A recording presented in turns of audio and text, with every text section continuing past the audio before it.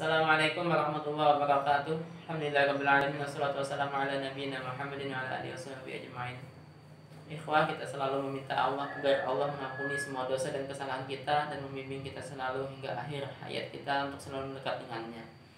Kita lanjutkan pembahasan tentang surat Al-Qadr ayat yang keempat sekarang. Tanazzalul malaikatu waruhu fiha bi'izni rabbihim min kulli amr. Pada malam itu banyak malaikat yang turun silih berganti. Jadi bukan cuma satu shift malaikat turun pada malam itu, tapi mereka silih berganti. Nanti mungkin ya kalau gambarannya ya mungkin ya, tapi Allah alam seperti apa persisnya. Ada yang turun setengah jam, malaikat pun itu kemudian mereka menyebar. Setelah habis waktunya mungkin setengah jam, misalnya dari jam 9 sampai setengah 10. Setengah 10 ada mereka yang pertama setengah jam ini naik, kemudian yang turun lagi setengah 10 sampai jam 10, mungkin kayak gitulah. Kalau ada gambaran shiftnya mungkin, tapi Allah alam bagaimana persisnya seperti apa. Cuma yang jelas mereka bergantian turun. Tanazzalul malaikatu, artinya mereka tanazzal itu mereka bergantian turun pada malam itu hingga memenuhi bumi, jadikan bumi ini menjadi sesak sempit karena jumlah malaikat itu jauh lebih banyak daripada jumlah malaikat manusia. Jauh lebih banyak, bisa sampai 100, bisa sampai 1000, bisa sampai 10.000 kali lipat daripada jumlah manusia yang ada sekarang ini. Karena tempat mereka juga sangat luas kan di langit sana.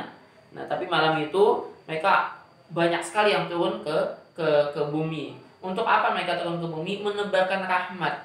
Untuk apa mereka turun ke bumi? Menebarkan kebaikan. Untuk apa mereka turun ke bumi? Membawa doa-doa penghuni bumi ke langit agar lebih cepat terkabulnya. Hingga kita harapkan pada malam itu, makanya kita ada biasanya di masjid iktikaf di 10 malam terakhir untuk mengejar Lailatul Qadar ini. Salah satunya karena di masjid juga adalah tempat yang memang suka sekali malaikat ada di situ ya.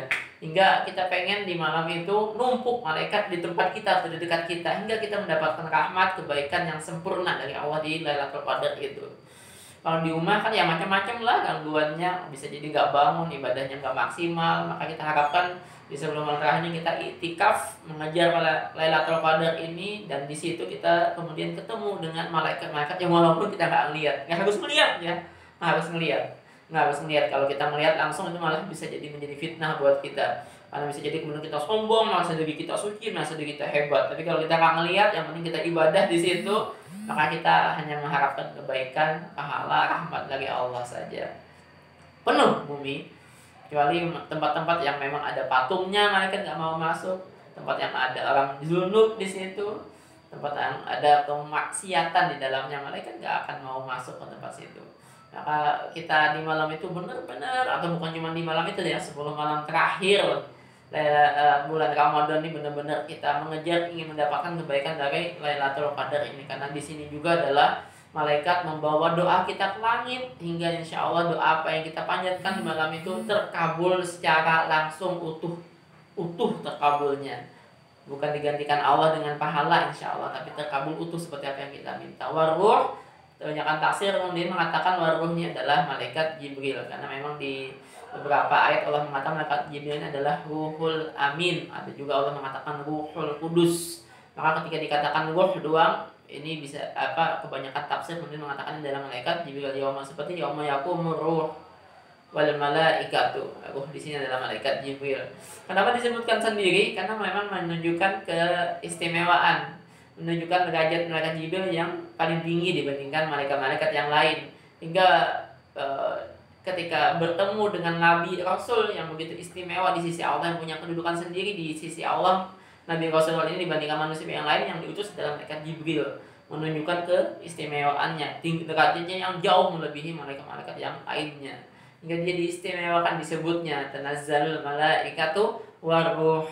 Maka kita berharap yang datang ke kita malaikat banyak, nah termasuk malaikat Jibril ini yang datang ke kita, yang kita harapkan ini yang akan mendongkrak, menaikkan kemuliaan kita saat kita bisa bertemu dengan malaikat Jibril, walaupun kita nggak lihat langsung.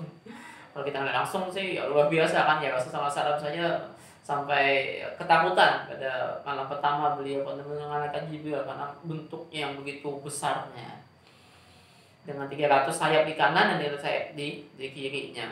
Bi'izni rabbihim, semuanya turun dengan izin Rabbnya, karena mereka tidak akan melakukan kecuali semuanya dengan seizin Allah semuanya. Mereka tidak akan bermaksiat sedikit pun. semuanya telah diizinkan Allah.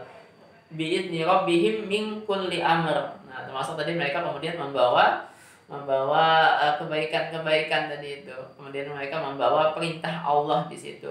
Perintah Allah, siapa yang mendapatkan rahmat, siapa yang tidak mendapat rahmat, segala macam semuanya sudah Allah tentukan.